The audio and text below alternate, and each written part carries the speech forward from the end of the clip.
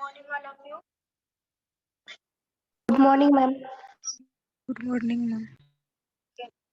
Assignment submit केली का सगळ्यांनी? Yes, ma'am. Yes, ma'am. Yes, ma'am. मला व्हॉट्सअपला मेलला शेअर करायचं नाही अजिबात. गुगल क्लासरूमला सगळ्यांनी असाइनमेंट अटॅच करायची. मॅम तुम्ही ते गुगल क्लासरूमला सेंड केलेलं मला येतच नाहीये. काय होत नाही? ते गुगल क्लासरूमला तुम्ही सेंड केले ना असाइनमेंट ते मला आलेच नाहीत. मी फ्रेंड कडून घेऊन राईट केलंय ते. पण तुम्ही सेंड केलेलं येतच नाहीये. कसं काय येत नाहीये मॅडम? माहित नाही, अपडेट पण केलं तरी होत नाहीये. बाकी सगळ्यांचं येतं, तुमचंच येत नाहीये फक्त. काय नाव तुमचं? भक्ती साळुंके. बघते मी, चेक करते. कम्प्लीट आहे ना पण असाइनमेंट? हो. ओके, ठीक आहे. टाइम टेबल पाहिलं का तुम्ही, नवीन टाइम टेबल? Yes, ma'am. त्यामध्ये 3 तासाचं जे प्रॅक्टिकल आहे त्यामधल्या 1.5 तास काय होईल थेअरी आणि 1.5 तास प्रॅक्टिकल. ओके, प्रत्येक ह्याला सब्जेक्टला 3 तासाचे जे टाइम टेबल मध्ये प्रॅक्टिकल दिलंय तिथं 1.5 तास थेअरी होणार, 1.5 तास प्रॅक्टिकल होणार. जर ऑफलाईन प्रॅक्टिकल असतील तर 3 तास प्रॅक्टिकल होईल, जर ऑनलाईन प्रॅक्टिकल असतील तर 1.5 तास होतील. ओके, तर आपण फर्स्टला थेअरी बघूयात आणि नंतर एक 15 मिनिटाचा ब्रेक घेऊन नंतर प्रॅक्टिकल बघूयात. 10 मिनिटाचा ब्रेक घेऊ. ओके, मॅम वेटिंग स्टुडंटला ऍड करा ना.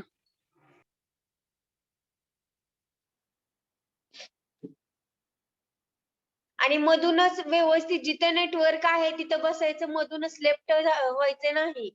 जिथे नेटवर्क आहे तिथं बसा, नाहीतर absentee लागेल बघा तुमची.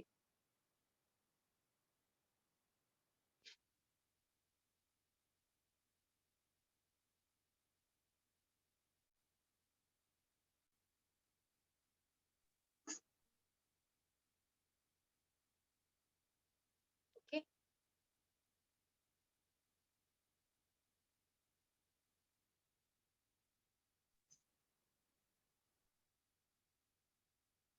झाले का जॉईन सगळे? स्टार्ट करूयात. थेअरी बघूयात अगोदर आपण आणि नेक्स्ट नंतर प्रॅक्टिकल बघूयात.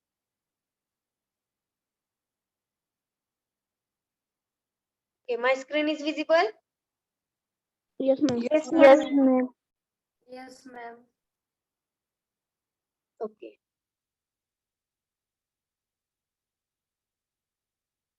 आपण लास्ट लेक्चर मध्ये काय पाहिलं होतं? Arrhenius theory of acid base. Bronsted-Lowry theory of acid base. जे इंट्रोडक्शन पाहिलं, ऍसिड म्हणजे काय, बेस म्हणजे काय आणि theories of acids and bases पाहिलं. ओके, आता ऍसिड बेस पार्ट कम्प्लीट झालेला आहे. नेक्स्ट पार्ट आहे बफर.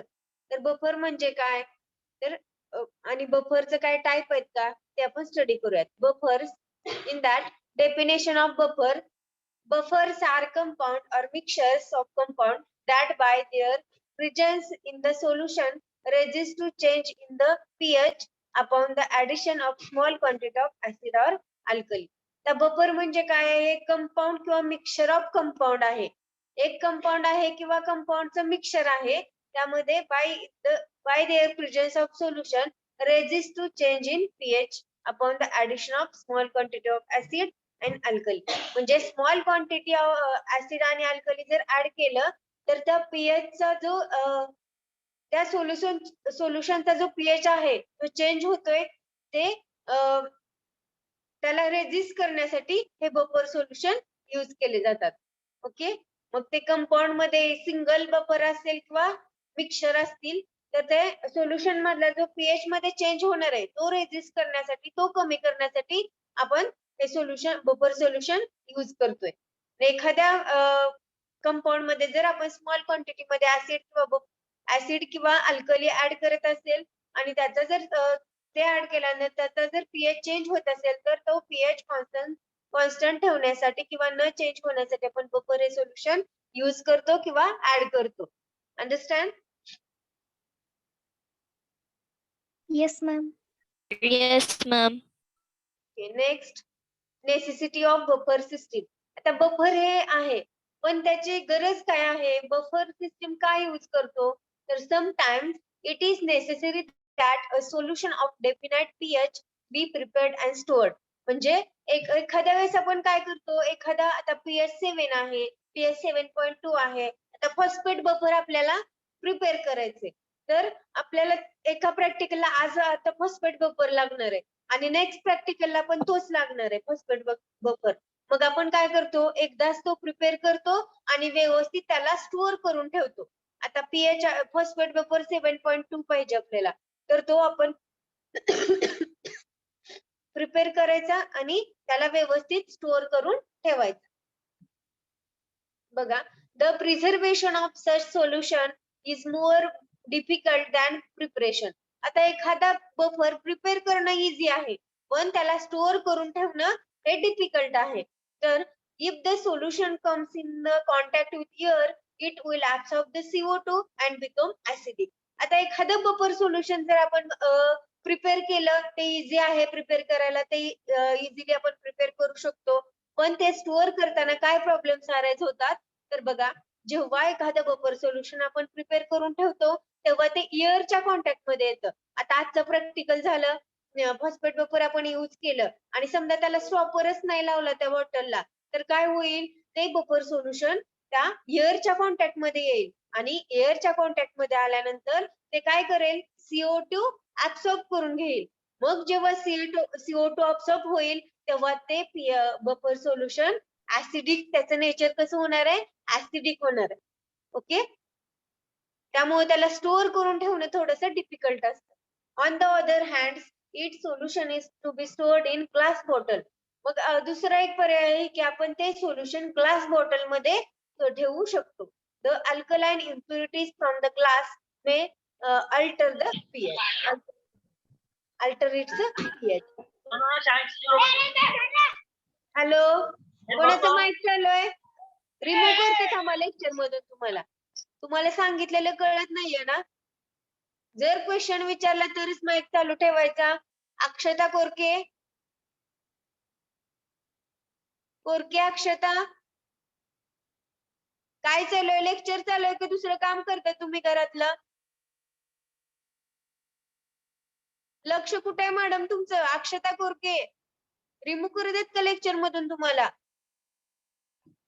आता मी कुणाला काही विचारणार नाहीये, डिस्टर्ब झालं की रिमूव्ह करून टाकणार आहे लेक्चर मधून आणि अब्सेंटी लावणार आहे बघा. ठीक आहे का? अक्षता कोरके आहेत का लेक्चरला? का लेक्चर जॉईन करून दुसरीकडे जाऊन बसता तुम्ही? तर इथून पुढे डिस्टर्ब झालं की लेक्चर मधनं रिमूव्ह करणार आहे.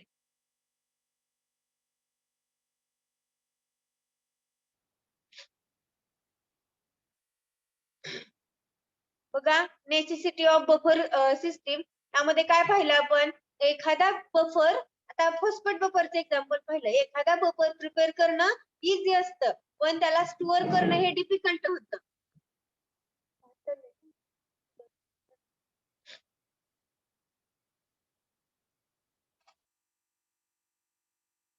एखादं बफर सोल्युशन प्रिपेअर करायला इझी असतं, पण जेव्हा ते आपण स्टोअर करून ठेवतो, तेव्हा थोड्याशा डिफिकल्टीज येऊ शकतात.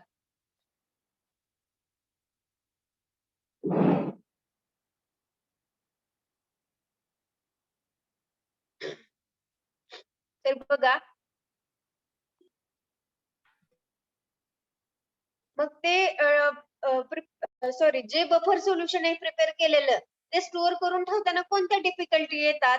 तर ते जेव्हा एअरच्या कॉन्टॅक्ट मध्ये येतं, तेव्हा ते CO2 ऍब्सॉर्ब करून घेतं आणि त्याचं नेचर ऍसिडिक बनतं. मग दुसऱ्या अदर साइडला आपण काय करू शकतो? ते ग्लास बॉटल मध्ये स्टोअर करू शकतो. अल्कलाइन इम्प्युरिटी, आणि ग्लास बॉटल मध्ये सुद्धा काय होण्याची पॉसिबिलिटी असते? तर तिथे सुद्धा तो पीएच अल्टर होऊ शकतो. Due to this reason, pharmaceutical solution are buffered as a buffer solution are capable for maintaining the pH at some fairly constant value when even small amount of acid or base are added. म्हणजे मग जेव्हा ह्या pharmaceutical preparation मध्ये काही सोल्युशनचा pH maintain करणं difficult असतं किंवा त्यामध्ये आपण थोड्या अमाऊंट मध्ये ऍसिड किंवा बेस ऍड करू त्याचा पीएच मेंटेन करू शकतो, कॉन्स्टंट ठेवू शकतो. Understand? Yes, ma'am. Yes, ma'am. Okay, next आपण डेफिनेशन पाहिलं आणि बफरची नेसेसिटी काय आहे ते पाहिलं. नेक्स्ट बघूयात आपण types of buffer solution. In that generally buffer are two types. First is an acidic buffer आणि second is an basic buffer. Note down करून ठेवायचं सगळ्यांनी, नंतर विचारलं की गप्प बसायचे नाहीये. बफरचे दोन टाइप आहेत, एक आहे ऍसिडिक बफर, सेकंड आहे बेसिक बफर. बघूयात आपण acidic buffer. An acidic buffer is a combination of weak acid and its salt with strong base. बघा acidic buffer म्हणजे काय असतं? An acidic buffer is a combination of weak acid and its salt with strong base. Weak acid आणि strong base चं दोन्हीचं combination असतं. Weak acid आणि strong base. बघा मग त्याचं एक्झाम्पल देईल. That is weak acid and salt with strong base म्हणजे conjugate base. या दोन्हीचं हे काय आहे? कॉम्बिनेशन आहे. तर त्याचं एक्झाम्पल दिलेलं आहे acetic acid plus sodium acetate. हे पहिले एक्झाम्पल आहे. बघा हे काय आहे? ऍसिटिक ऍसिड हे वीक ऍसिड आहे आणि with it's a strong base म्हणजे हे सोडियम ऍसिटेट हा salt of strong base present आहे. ओके, नेक्स्ट बघा, हे लक्षात आलं का? हे सेंटेन्स फक्त लक्षात ठेवायचं. Combination of weak acid and its a salt with strong base. हे एक दोन एक्झाम्पल आहेत ते लक्षात ठेवायचे. ठीक आहे, हे तुम्हाला फक्त माहिती असावं यासाठी आहे. मला बेसिक सगळे क्लिअर व्हावेत. ओके, बघा next basic buffers. A basic buffer is a combination of weak base with its salt with strong acid. इथं काय आहे? इथं काय होतं? फर्स्टला वीक ऍसिड होतं, ओके, आणि स्ट्रॉंग बेस होता. वीक ऍसिड आणि स्ट्रॉंग बेस होतं. आता इथं काय आहे बेसिक मध्ये? Basic buffer is a combination of weak base with salt of strong acid. Opposite घ्यायचं. फर्स्टला आता बेसिक आहे म्हणलं की फर्स्टला बेस घ्यायचं, weak base and it's a salt with strong acid. असं कॉम्बिनेशन घ्यायचं, weak base and salt with strong acid. हे दोन्ही सेंटेन्स लक्षात ठेवायचं. इथं काय आहे? वीक ऍसिड विथ, पहिल्यांदा जे ऍसिडिक आहे म्हणल्यानंतर वीक ऍसिड घ्यायचं आणि with salt with strong base. आणि बेसिकला काय घ्यायचं? काय घ्यायचं बेसिकला? Weak Weak base base and and weak strong strong Weak acid. base. Weak base and salt with the strong acid. म्हणजे हे अमोनियम हायड्रॉक्साइड आणि अमोनियम क्लोराइड हे त्याचं एक्झाम्पल आहे. ओके, हे एक्झाम्पल वगैरे व्यवस्थित बघा. हे झालं दोन type, acidic buffer and basic buffer. Then next phosphate buffer, double salt buffer. आता फॉस्फेट बफर म्हणजे काय बघा? Besides the two general types of buffer that is acidic and basic. आताच आपण पाहिलं दोन टाइपचे बफर आहेत, ऍसिडिक आणि बफर, सॉरी ऍसिडिक आणि basic. A third appears to exist आणि एक थर्ड पण आपल्याला म्हणजे थर्ड पण एक अस्तित्वात आहे, एक्झिस्ट आहे. This is buffer system composed of two salt. मग दुसरा कोणता बफर सिस्टीम आहे? फॉस्फेट बफर आहे. तर फॉस्फेट बफरचा अजून दोन टाइप आहेत, मोनोबेसिक पोटॅशियम फॉस्फेट आणि dibasic potassium phosphate. Note down this. नंतर सांगायचं नाहीये, माझ्या लक्षात राहिलं नाहीये. प्रत्येक वेळ शॉर्ट नोट्स करायचे आहेत. आणि आजपासून मी तुम्हाला काय सांगितलंय? Triple P P. लक्षात आहे का? Yes, ma'am. सगळ्यांनी ट्रिपल पी करायचं आहे. एक 8 ते 10 दिवसांनी मी चेक करणार. ट्रिपल पी म्हणजे समजलंय का सगळ्यांना काय करायचंय ते? Yes ma'am. नाईक नवरे तुषार आहेत का लेक्चरला?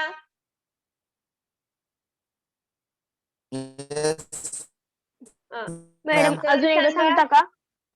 काय म्हणते? काय सांगायचंय? हॅलो, काय सांगायचंय सांगा मला. ट्रिपल पी सांगायचंय का? हो येस मॅम. हा सांगते मी. बघा आज आता आपल्या लेक्चरला काय झालं, आज फर्स्ट लेक्चर होतं PIC चं. मग तुम्हाला टाइम टेबल मी शेअर केलंय.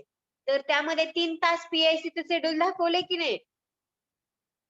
तर त्यामधले फर्स्ट 1.5 तास थेरी होणार, लास्टचा 1.5 तास प्रॅक्टिकल होणार.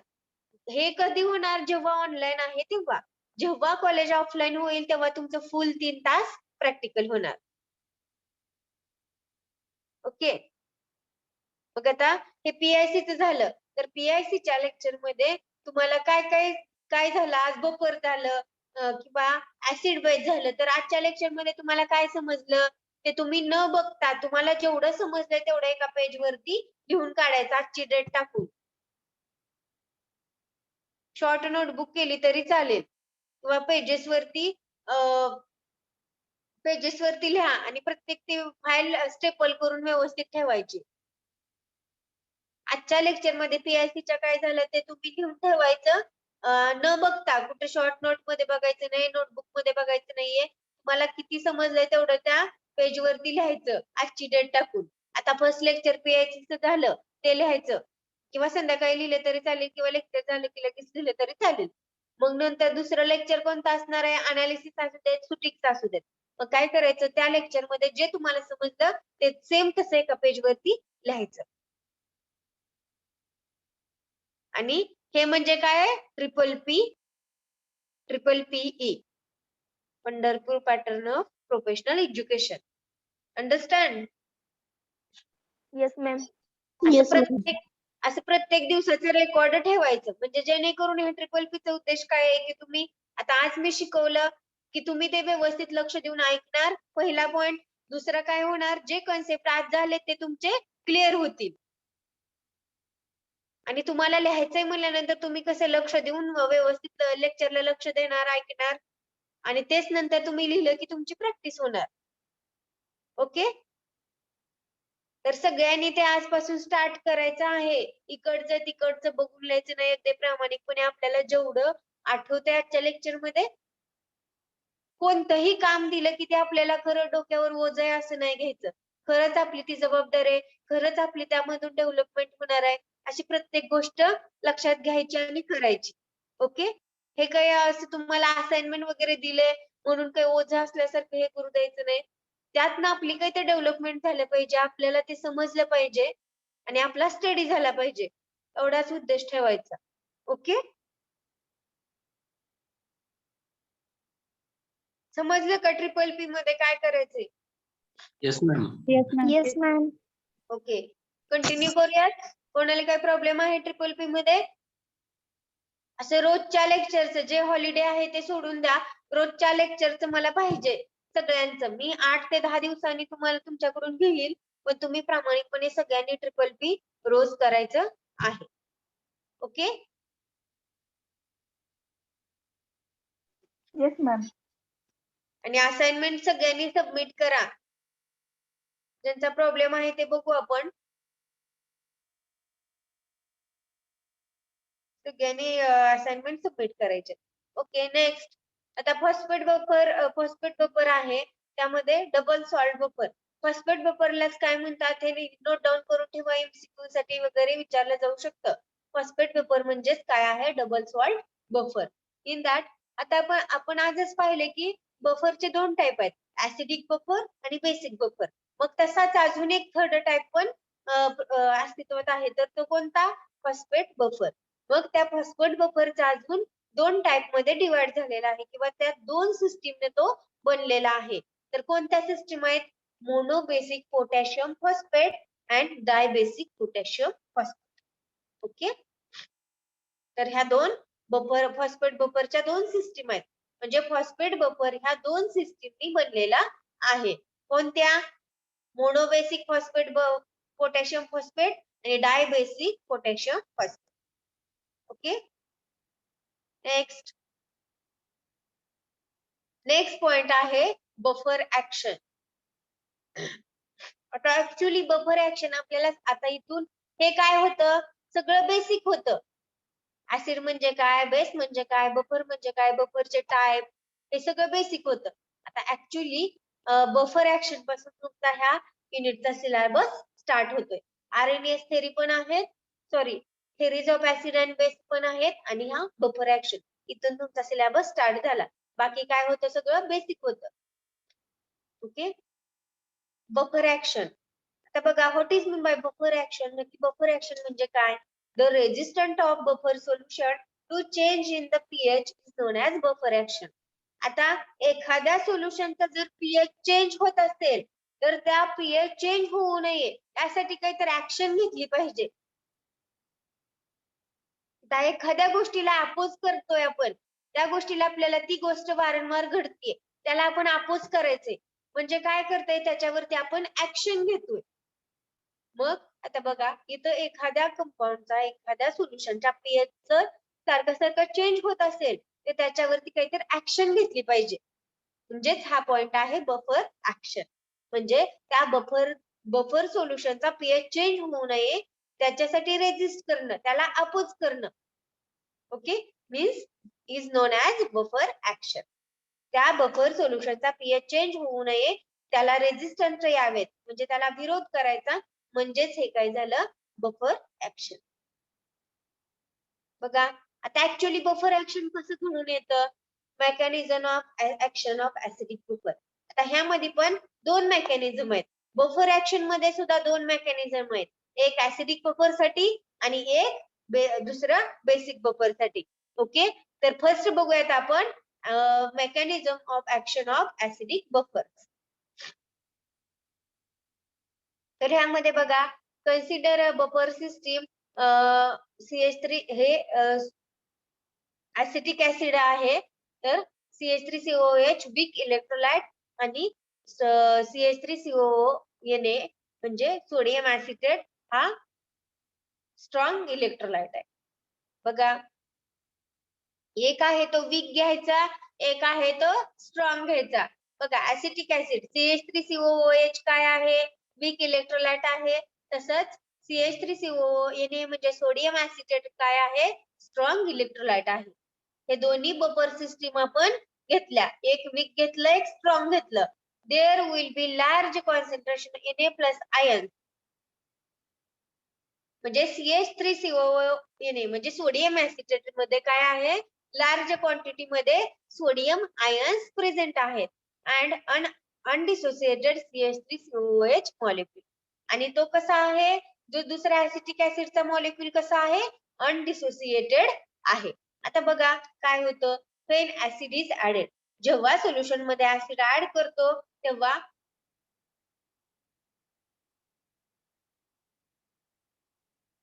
काय होणार आहे, if a strong acid HCl आहे इज ऍडेड CH3COOH आणि CH3COONA. या सोल्युशन, हे दोन बफर सोल्युशन घेतले आपण, वीक आणि स्ट्रॉंग चे दोन सोल्युशन घेतले, त्यामध्ये HCl म्हणजे स्ट्रॉंग ऍसिड ऍड केला. The changes that occurs will be represented as. मग ऍसिड ऍड केल्यानंतर त्यामध्ये काय चेंजेस होतात ते आपण बघूयात. बघा, आता CH3COONA सोडियम ऍसिटेट घेतलं आणि त्याच्यापासून काय झालं, सोडियम वेगळा झाला आणि ऍसिटेट वेगळा झाला. मग त्यामध्ये जे ऍसिटिक ऍसिड आहे, आता हे काय आहे, सॉरी सोडियम वेगळा झाला, हा ऍसिटेट. बघा, हा सोडियम वेगळा झाला, हा ऍसिटेट वेगळा झाला. नंतर ह्या ऍसिटिक ऍसिड मध्ये HCl जेव्हा ऍड करू, HCl काय होईल, H plus Cl minus add केल्यानंतर त्यापासून हा HCl फॉर्म होतोय, हा HCl फॉर्म होतोय. तर नेक्स्ट स्टेप मध्ये बघा, the hydrogen ions yielded by the HCl are quickly removed as unionized acetic acid. म्हणजे हे हायड्रोजन आयन आहेत ते ऍसिटिक ऍसिड मधनं क्विकली काय होतात, रिमूव्ह होतात किंवा अनआयोनाइज होतात. The hydrogen ion concentration is therefore only slightly affected. म्हणजे त्या हायड्रोजन आयन कॉन्सन्ट्रेशन वरती, ह्या सोल्युशन वरती काय होतंय, अफेक्ट होतोय. Because acetic acid produced very weak and compared to HCl added. हे कशामुळे घडून येतं, तर ऍसिटिक ऍसिड आहे तो वीक आहे आणि त्याचं कंपॅरिझन किंवा त्याची रिएक्शन आपण HCl बरोबर करतोय.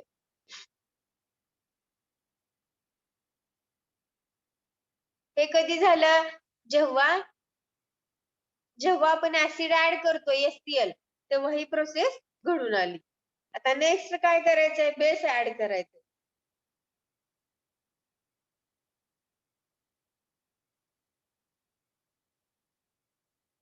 जेव्हा बेस ऍड करू तेव्हा काय होईल बघा,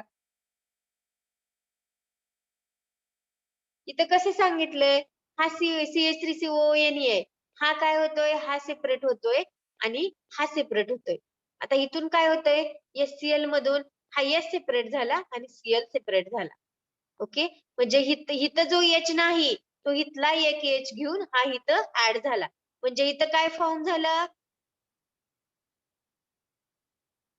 हे म्हणजे काय आहे, CH3COH. weak acid.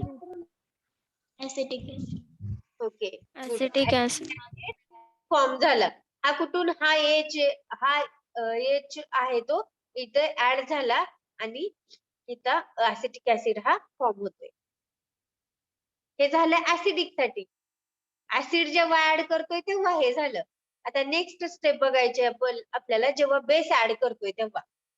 when a base is added, मग जेव्हा आपण बेस ऍड करतो तेव्हा काय होतं बघा, की if a strong base NaOH is added, CH3CO acetic acid किंवा सोडियम ऍसिटेट मध्ये जेव्हा बेस आपण ऍड करतो तेव्हा the changes that will occur may be represented at. जे चेंजेस होणार आहेत ते खाली रिएक्शन मध्ये दाखवलेत. बघा आता हे काय आहे, ऍसिटिक ऍसिड. ऍसिटिक ऍसिड मधून काय झालं, एक H बाहेर पडला. म्हणजे इथं काय आलं, इथला H बाहेर पडला म्हणजे COO मायनस, हे निगेटिव्ह चार्ज आला इथला आणि हा H पॉझिटिव्ह चार्ज घेऊन गेला. म्हणजे इथं काय येणार आहे, निगेटिव्ह चार्ज. ओके, आणि बघा NaOH मधला Na प्लस आणि OH मायनस हे आयन्स फॉर्म झालेले आहेत. The hydroxyl ion yielded by the NaOH. NaOH पासून हे हायड्रॉक्सिल आयन फॉर्म झाले and therefore removed as a water. आणि त्यापासून काय झालं बघा, इथला H आणि हे OH हा वॉटर रिमूव्ह झालेला आहे. The Oh, supply, hello, ma'am. Hello, Hello. Ma'am तिथं H2O यायला पाहिजे ना?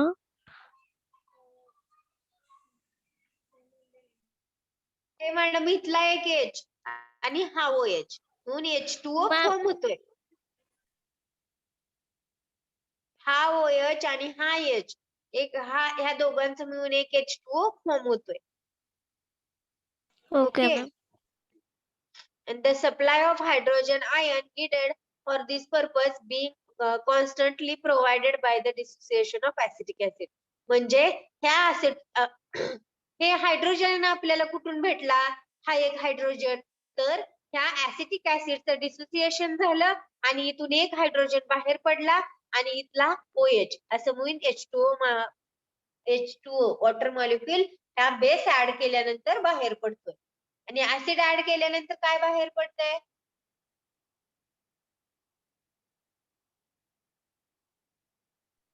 Acetic acid. ओके, समजते का? इथला एक H हो मॅम.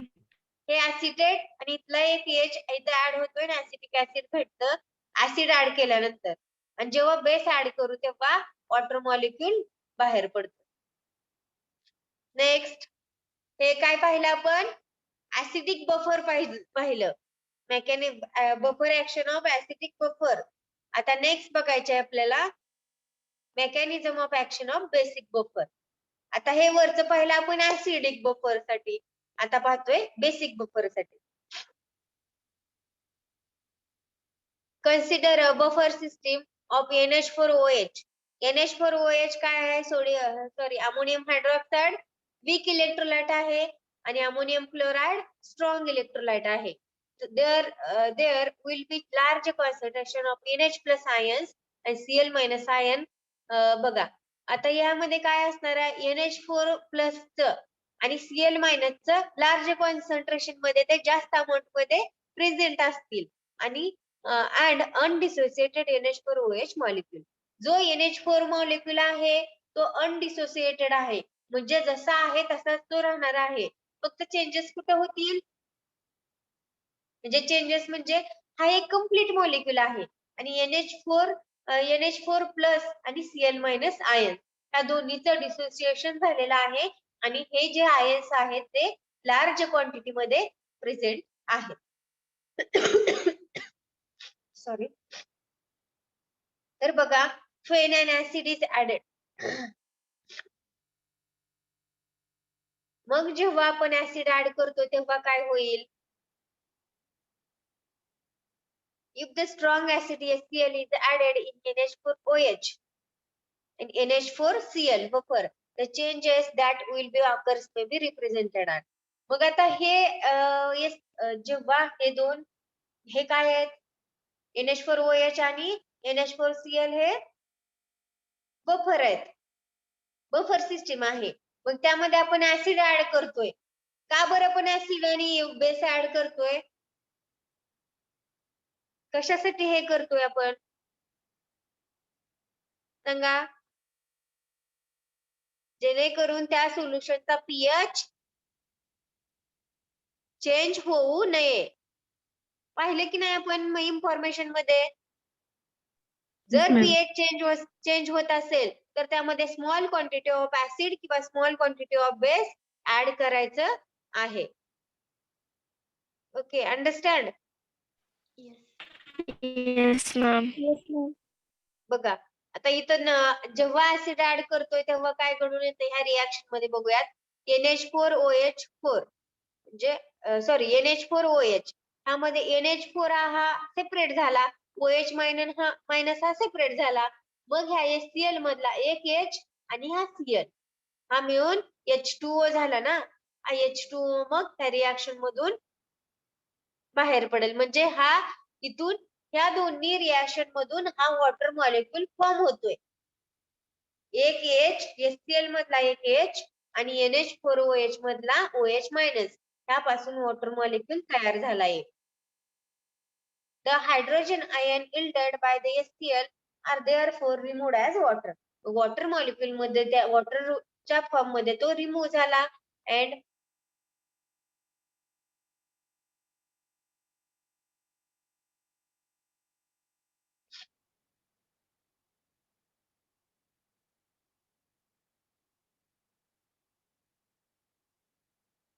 बघा वॉटरच्या फॉर्म मध्ये तो रिमूव्ह झाला and the supply of OH ions needed for it is constantly provided by the ammonium hydroxide. आता हे OH मायनस कुठून OH मायनस आयन्स आपल्याला कुठून भेटले? तर जो हा अमोनियम हायड्रॉक्साइड आहे त्याच्यापासून हे OH मायनस आयन्स भेटले आणि ह्या HCl पासून H भेटला. यापासून वॉटर मॉलिक्यूल फॉर्म झालेला आहे. ओके, हे झालं जेव्हा आपण ऍसिड ऍड करतोय तेव्हा. आता नेक्स्ट बघायचं आपल्याला जेव्हा आपण बेस ऍड करतोय तेव्हा. बघा it is a strong base. NaOH काय आहे? स्ट्रॉंग बेस आहे. इज ऍडेड इन NH4OH किंवा NH4Cl ह्या बफर मध्ये स्ट्रॉंग बेस ऍड करायचे. आता बघा रिएक्शन काय होते किंवा त्यामध्ये चेंजेस काय होतात? तर NH4Cl हा Cl मायनस सेपरेट होईल, NH4 प्लस सेपरेट होईल आणि त्या हा NaOH मधला Na प्लस आणि OH मायनस ह्याचं डिसोसिएशन झाल्यानंतर त्यापासून इथला NH4 आणि इथला OH त्यापासून काय फॉर्म होईल? NH4OH आणि मग ह्याचा जो पीएच कसा राहील? त्याचा पीएच स्टेबल राहणार आहे. का स्टेबल राहील सांगा? बफर ऍड कशामुळे? त्याचा पीएच का स्टेबल राहणार आहे? बेस ऍड केलं. आपण त्यामध्ये ऍसिड किंवा बेस ऍड करतोय. का ऍड करतोय? तर त्यामध्ये त्याच्या पीएच मध्ये चेंजेस होऊ नये म्हणून. ओके, मग फायनली आपल्याला हा फॉर्म झाला की नाही NH4OH. ऍसिड ऍड केल्यानंतर हा NH4 सॉरी बेस ऍड केल्यानंतर हा NH4OH फॉर्म झालेला आहे. Okay, the hydroxyl ions yielded by the NaOH. ह्या NaOH पासून काय भेटलं? ते हायड्रॉक्सिल आयन्स भेटले. Therefore quickly removed as unionized ammonium hydroxide. आणि ह्याच NaOH च्या त्या हायड्रॉक्साइड आयन मुळे काय भेटलं आपल्याला? काय रिमूव्ह झाला? NH4OH हा रिमूव्ह झाला. and pH of solution is only slightly affected. म्हणजे त्यावरती काय जास्त pH वरती त्याचा परिणाम होणार नाही. Okay, understand? Yes ma'am. Yes, ma'am. Yes बघा, मॅम. त्यामध्ये काय लक्षात ठेवायचं आपल्याला? दोन मेकॅनिझम पाहतोय आपण. एक ऍसिडिक बफर साठी आणि एक बेसिक बफर साठी. मग ऍसिडिक बफर मध्ये एकदा ऍसिड ऍड करायचं, एकदा काय ऍड करायचंय? एकदा ऍसिड आणि सेकंड टाइम बेस ऍड करायचा. हे झालं ऍसिडिक साठी. आता दुसरं पाहतोय आपण बेसिक बफर. बेसिक बफर मध्ये सुद्धा सेम प्रोसिजर करायचे. फर्स्ट ला ऍसिड ऍड करायचं आणि सेकंड टाइम ला काय ऍड करायचं? Base Yes. बेस ऍड करायचं. So understand buffer action? Yes, ma'am. Yes ma'am. Yes ma'am. Okay, next बघूयात आपण mechanism of action of phosphate buffer. आता दोन टाइप आहेत ऍसिडिक बफरचे, एक ऍसिडिक आणि दुसरा बेसिक. आणि त्याबरोबरच अजून एक टाइप आहे फॉस्फेट बफर. आता फॉस्फेट बफरची पण आपण मेकॅनिझम ऑफ ऍक्शन बघूया.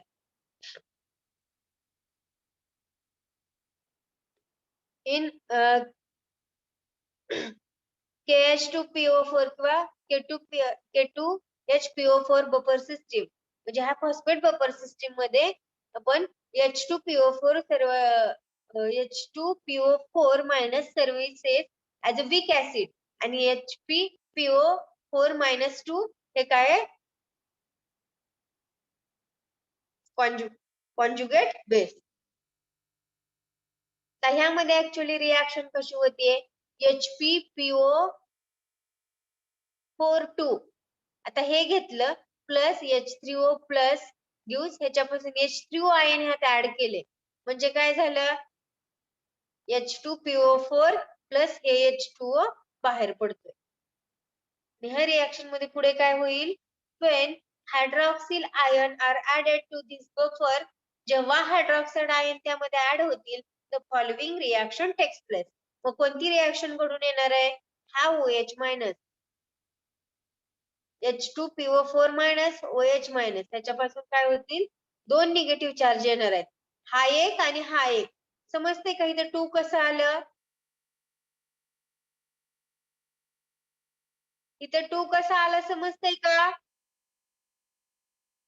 हायड्रॉक्साइड वरचा एक मायनस चार्ज आणि हा मायनस, इथं 4 झाले आणि हा H2. ओके ओके, हे झालं बफर ऍक्शन. बफर ऍक्शनची मग ऍसिडिक बफर साठी, बेसिक बफर साठी आणि फॉस्फेट बफर साठी. हे फॉस्फेटचं इम्पॉर्टंट नाही, आपल्याला नाही विचारले जात नाही एक्झाम मध्ये, पण तुम्हाला माहिती असावं यासाठी मी घेतलंय. बघा, understand buffer action? Yes ma'am. Ma'am. Yes, ma'am. आता नेक्स्ट पॉइंट आहे बफर इक्वेशन. एवढं लक्षात ठेवायचं की आपण बफर ऍक्शन मध्ये काय काय पाहिलं? ऍसिडिक बफर, बेसिक बफर आणि फॉस्फेट बफर. मग ऍसिडिक बफर मध्ये नंतर फॉर ऍसिड आणि फॉर बेस. नंतर सेकंड टाइमला जो बेसिक बफर पाहतोय त्यामध्ये पण काय पाहिलं? For acid, addition of acid आणि ऍडिशन ऑफ बेस.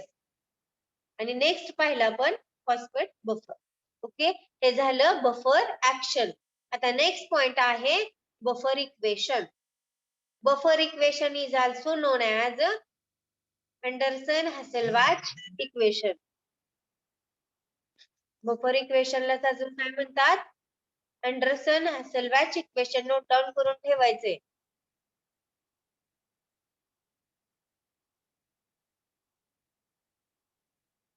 बघा आता बफर इक्वेशनलाच अँडरसन हॅसेलबॅच इक्वेशन म्हणतात आणि त्याचं सुद्धा डिवायडेशन झालंय ऍसिडिक बफर आणि बेसिक बफर मध्ये. ओके,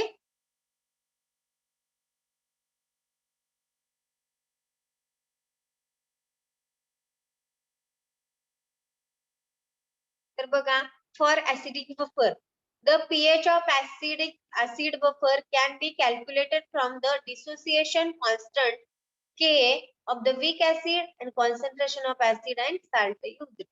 आता हे ऍसिडिक बफरचे कशापासून आपण कॅल्क्युलेशन करतोय? तर त्याचं डिसोसिएशन होतंय, त्या वीक ऍसिडचं डिसोसिएशन होतंय आणि त्यापासून हे कॅल्क्युलेशन आपण करतोय. तर बघा the dissociation expression of weak acid can be represented as. आता हे कॅल्क्युलेशन आपण कसं पाहतोय? तर वीक ऍसिडचं डिसोसिएशन होतंय. तर HA हा काय आहे? वीक कन्सिडर करा, हा वीक ऍसिड आहे. ओके, मग ह्याचं डिसोसिएशन झालं म्हणजे काय झालं? डिसोसिएशन झालं म्हणजे काय होतं ऍक्च्युअली? आयन्स फॉर्म होतात. ओके, आयन फॉर्म होतात. तर बघा हे ह्या वीक ऍसिडचं HAचं डिसोसिएशन झालं म्हणजे इथं H प्लस आयन्स आणि A मायनस आयन्स फॉर्म झालेले आहेत. बघा आता के हा काय आहे इथे सांगितलंय? हा डिसोसिएशन कॉन्स्टंट म्हणून हा के यूज केलाय. तर इथं काय येणार ब्रॅकेट मध्ये? हे H plus A minus divided by HE. बघा कसं इक्वेशन तयार झालं. HAचं काय होतोय? स्क्रीन मध्ये व्यवस्थित लक्ष द्यायचंय. माझा कर्सर कुठे आहे, मी काय सांगतेय? ओके, तर तुमच्या व्यवस्थित लक्षात येईल. बघा हा HA आहे, तर हा HA म्हणजे वीक ऍसिड आहे. याचं डिसोसिएशन होतं H प्लस आयन्स आणि A मायनस आयन्स हे फॉर्म होणार आहेत. ओके, ते फॉर्म झाल्यानंतर के का यूज केला? तर हा डिसोसिएशन कॉन्स्टंट आहे. मग डिसोसिएशन झाल्यानंतर हा के यूज करतात डिसोसिएशन कॉन्स्टंट म्हणून. तर मग इथं काय होतंय? हा H प्लस घेतला आणि हा A minus divided by HA. किंवा हे इक्वेशन आपण असं पण लिहू शकतो, H plus is equal to K HA minus HA divided by A minus. म्हणजे काय झालं बघा, हा H जो आहे तो इकडे आला, अपोजिटला आला, इक्वल टू साइनच्या इकडे आला, हा के इकडे गेला आणि हा इकडे गेल्यामुळं हा इन्व्हर्ट झाला, हा HA वरती आला आणि A खाली गेला. बघा हे इक्वेशन फर्स्ट फॉर्म झालेलं आहे. ओके, अंडरस्टँड कसं फॉर्म झालं equation? Yes, ma'am. Yes, ma'am. Yes, ma'am. ओके, आता बघा weak acid is only slightly dissociation. म्हणजे ह्या वीक ऍसिडचं स्लाइटली म्हणजे थोड्या अमाउंट मध्ये याचं डिसोसिएशन झालेलं आहे. And it's dissociation is further depressed by the addition of salt. मग त्यामध्ये थोड्या अमाउंट मध्ये याचं डिसोसिएशन झालेलं आहे, मग त्यामध्ये साल्ट आपण ऍड करायचा. Provide the A minus ions, then as a result equilibrium concentration of unionised acidic acid. म्हणजे काय होईल? जेव्हा साल्ट ऍड करू तेव्हा इक्विलिब्रियम होईल. जेव्हा अनआयोनाइज्ड ऍसिड आहे त्याचं इक्विलिब्रियम होईल. म्हणून हा साल्ट आपण ऍड करतोय. The equilibrium concentration of A minus is also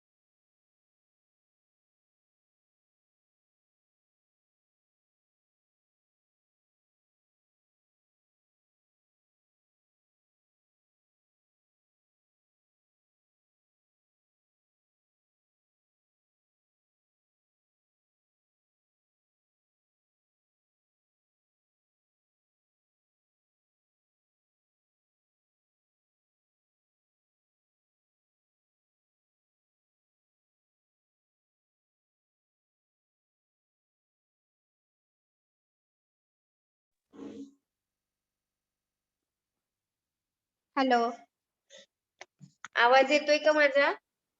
Yes, ma'am. Yes. Okay, ठीक आहे. तर बघा,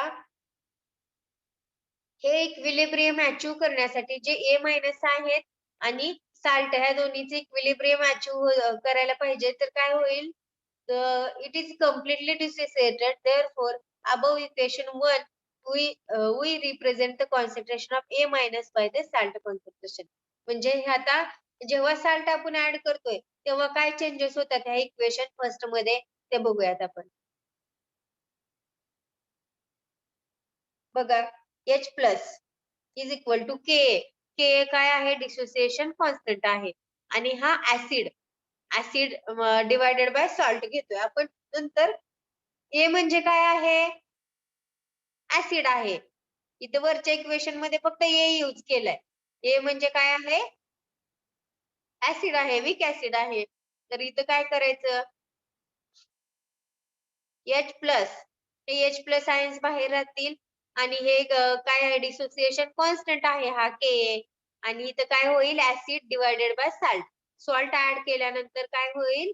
ऍसिड डिवायडेड बाय सॉल्ट. म्हणजे हा सेकंड इक्वेशन फॉर्म झाला. कधी? की जेव्हा आपण ऍसिड मध्ये सॉल्ट ऍड करतोय तेव्हा. नंतर taking a log on both side we get. आता लॉग घ्यायचा दोन्ही साइडला. ते घेतल्यानंतर काय होईल? लॉग H प्लस, इथं पण लॉग आला H प्लस ला, is equal to log K plus log acid divided by salt. दोन्ही साइडला, म्हणजे हा इक्वल टू साइनच्या दोन्ही साइडला, ह्या बरोबर साइनच्या दोन्ही साइडला लॉग घ्यायचा. लॉग घेतला म्हणजे काय केलं? Log H plus is equal to log K plus log acid divided by salt. असं इक्वेशन फॉर्म झालेलं आहे. मग multiplying both sides by negative sign. आता हे निगेटिव्ह साइन ना, आता इथं प्लस आहे तर ह्याला निगेटिव्ह साइन न मल्टिप्लाय करायचं. मग काय येणार? मल्टिप्लाय केलं म्हणलं की सगळीकडे निगेटिव्ह साइन येईल. As log H plus is equal to PH and log minus log K is equal to PKA. बघा, log H plus, आता हे H plus आहे इज इक्वल टू काय येणार? PH येणार. आणि मायनस लॉग के, हा के आहे, इज इक्वल टू PKA. बघा, H ला काय येईल? लॉग घेतल्यानंतर PH येणार आणि फक्त के आहे तिथे काय येईल? PKA. मग आता नंतर हे काय फॉर्म होतंय बघा equation, pH is equal to, मग हा पीएच आता हे घ्यायचंच नाही, बाकी लक्षातच घ्यायचं नाही. त्या एच च्या ठिकाणी आपण पीएच ऍड केला आणि के च्या तिथं पीके. मग आता फक्त हे पीएच आणि पीकेएच हे पुढं यूज होणार आहेत. ठीक आहे, बघा, मग पीएच इज इक्वल टू हे पीकेए मायनस लॉग, हे log acid divided by salt. असं हे फॉर्म झालेलं आहे. तर pH is equal to pK plus, आता हे दोन्ही मायनस मायनस आहे, मग मायनस मायनस काय होतं? प्लस होतं. म्हणून काय फॉर्म झालं?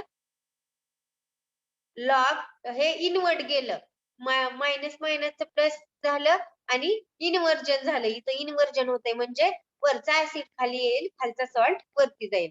मग फायनल काय हे इक्वेशन फॉर्म झालं, pH is equal to pKa plus log salt divided by acid.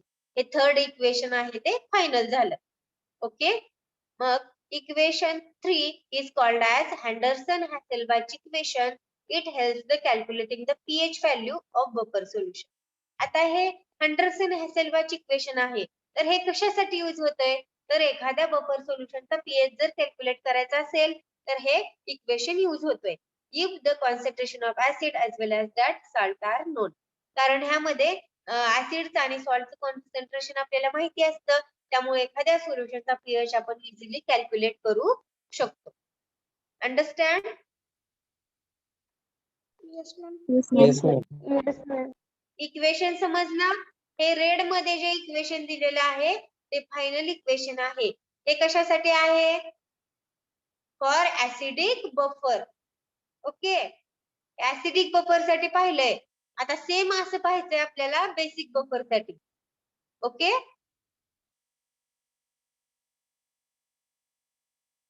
समजतंय का? Yes, हो ma'am. मॅम. Yes, ma'am. सगळ्यांनी व्यवस्थित लक्ष द्यायचंय. 65 जण लेक्चरला होते. दोघ जण कुठे गेले मधूनच? लेक्चरला मधून जायचं नाहीये. मी absentee लावणार आहे आजपासून. नेटवर्क इश्यू असेल तर नंतर नंतर जॉईन व्हा. मी हे करून घेते.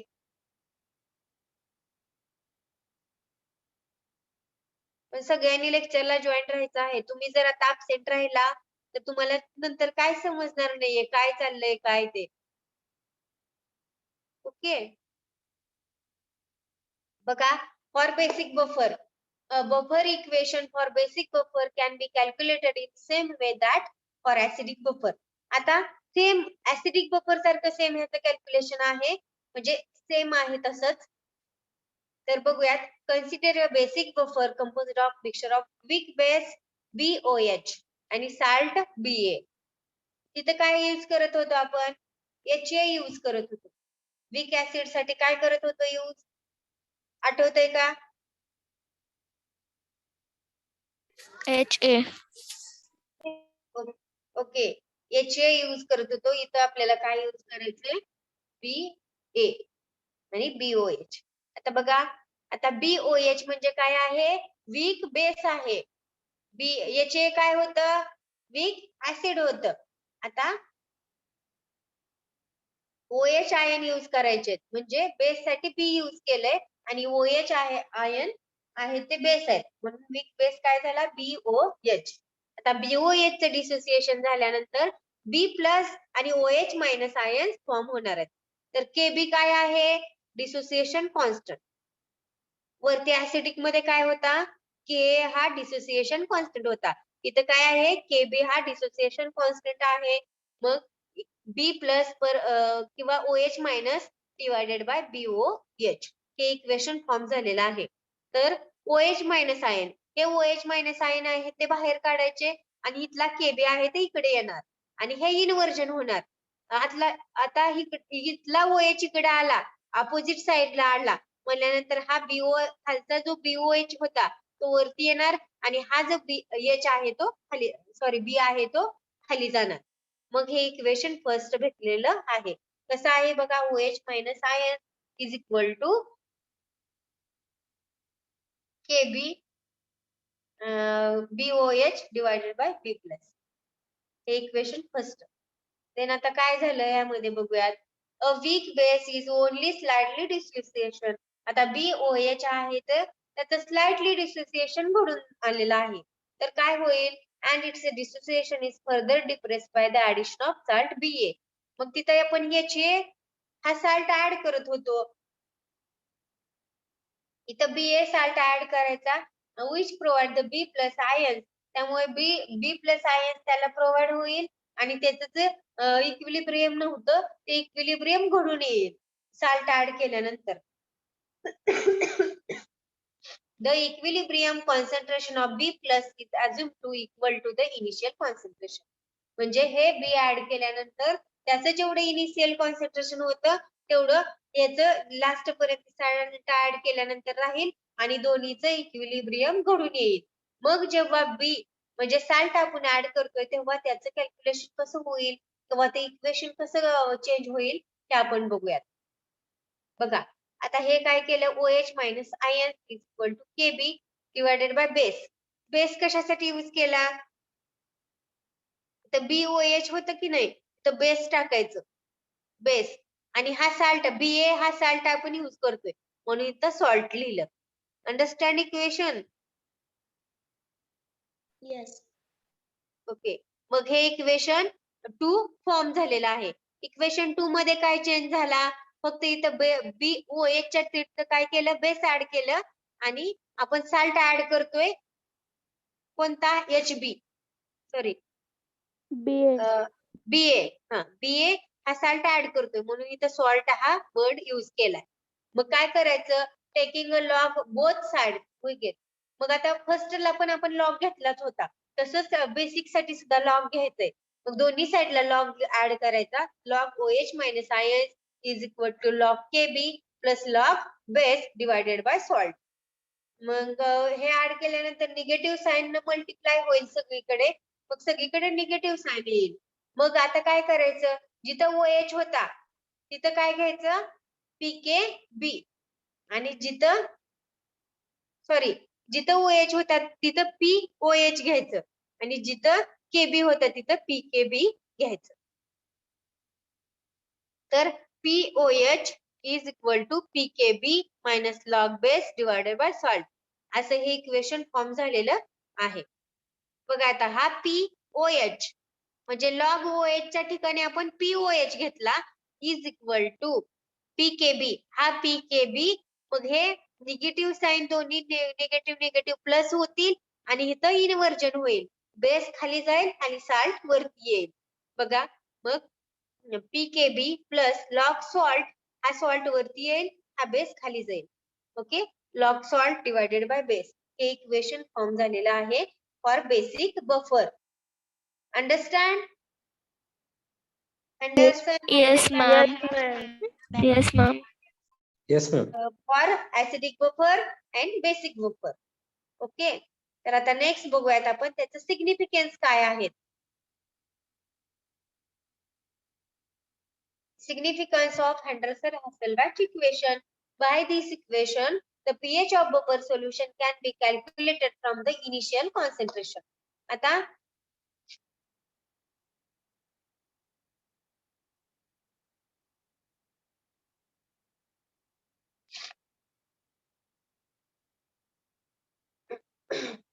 बघा सिग्निफिकन्स पाहतोय आपण Henderson-Hasselbalch equation चे. तर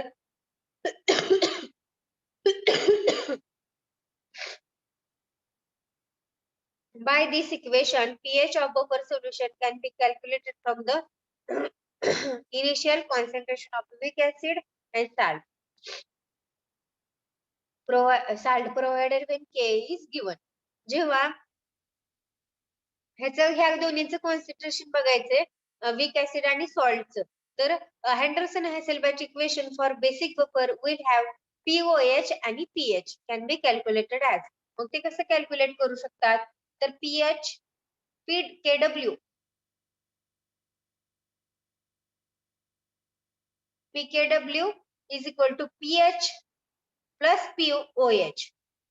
pH plus POH means or pH is equal to PKW minus POH.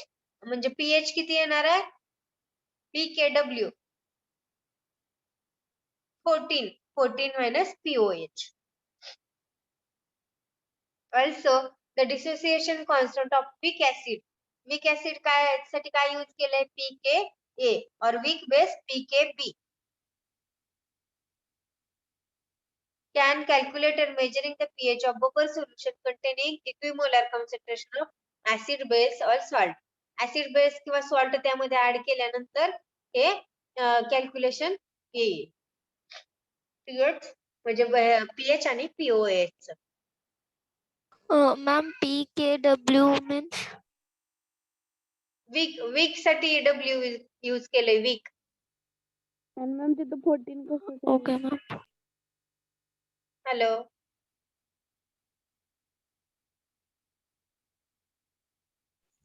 समजलं ma'am.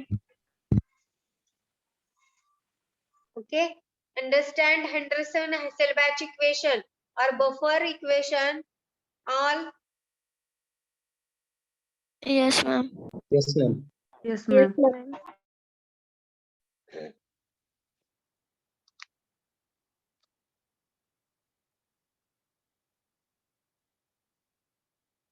काय काय पहिल्या लेक्चर मध्ये एकदा थोडस सांगा, मग काय करू, एक 10 मिनिटाचा ब्रेक घेऊया. आता मीटिंग एंड करते मी, 10 मिनिटाचा ब्रेक घेऊ आणि नंतर मग तुमचं एक प्रॅक्टिकल बघूयात आपण.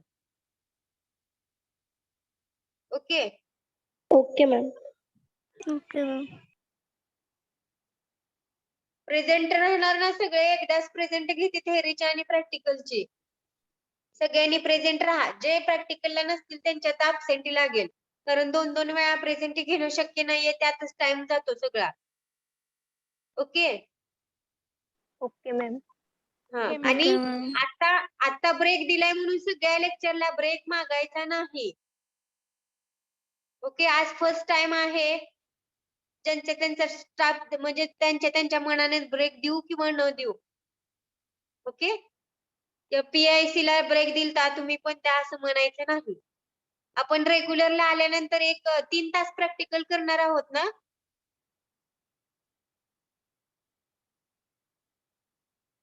ऑफलाईन चालू झालं की 3 तासाचं प्रॅक्टिकल असतं. इथं 1.5 तास थेअरी दिलेला आहे आणि 1.5 तास प्रॅक्टिकल आहे.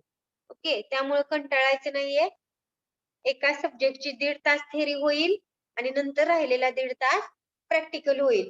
किंवा काही टीचर असे पण करतील, काही सब्जेक्ट असं पण होईल, फर्स्टला प्रॅक्टिकल होईल, नंतर 1.5 तास थेअरी होईल. ज्यांना कसं कन्व्हिनियंट वाटेल तसं ते घेतील. ओके. सांगा काय काय पाहिलं, 2 मिनिटात सांगा. बफर डेफिनेशन, त्याची Buffer definition, types of buffer, acidic buffer and basic buffer, and double salt buffer. Hmm. Mechanism of acidic buffer and basic buffer फर्स्टला आपण काय and पाहिलं buffer action. सांगताय का? बफर ची डेफिनेशन, बफरचे टाइप, ऍसिडिक आणि basic आणि phosphate buffer. हे झाल्यानंतर आपण काय पाहिलं, बफर ऍक्शन.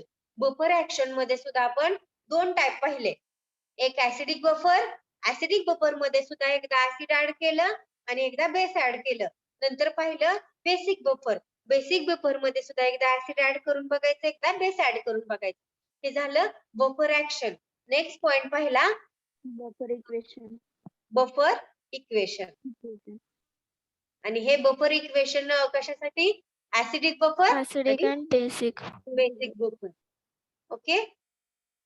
काय काय पाहिलं? बफर ऍक्शन, एक तर बफर ऍक्शन आणि दुसरं बफर इक्वेशन. बफर इक्वेशनलाच अँडरसन हसेलबॅच इक्वेशन म्हणतात. व्यवस्थित लक्षात ठेवायचं. ओके. आता नेक्स्ट लेक्चर मध्ये आपण बघूयात बफर कपॅसिटी आणि ऍप्लिकेशन ऑफ बफर.